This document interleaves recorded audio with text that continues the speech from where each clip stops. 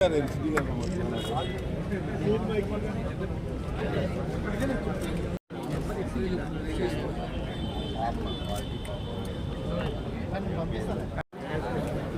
లక్షల ఉద్యోగాల కల్పన ప్రధాన ధ్యేయంగా తెలుగుదేశం 2014-19లో నారా చంద్రబాబు నాయుడు గారి నాయకత్వంలో ఉన్న తెలుగుదేశం పార్టీ ప్రభుత్వం కొన్ని లక్షల మందికి ఉద్యోగాలు ఇవ్వటమే కాకుండా ప్రతి ఒక్కళ్ళు కూడా ఆన్లైన్లో రికార్డు పెట్టి చూసిన వాళ్ళందరూ కూడా ఆశ్చర్యపోయే విధంగా ఆ రోజు ఉద్యోగ కల్పన చేయడం జరిగింది.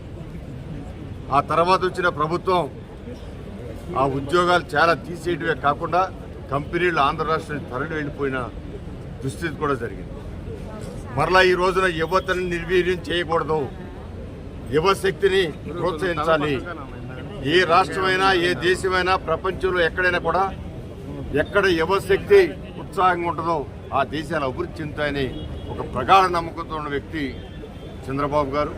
మరి రేపు 2024 జరిగే ఎన్నికల్లో ఖచ్చితంగా విజయం సాధించేది నారా చంద్రబాబు నాయుడు గారు, పవన్ కళ్యాణ్ గారి నాయకత్వంలో ప్రజాప్రభుత్వం రాబోతూ ఉంది.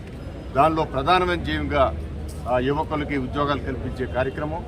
ఈ రోజున కేసినేని చిన్ని గారు కేసినేని ఫౌండేషన్ తరఫున job mela, mega job mela పెట్టించడం జరిగింది.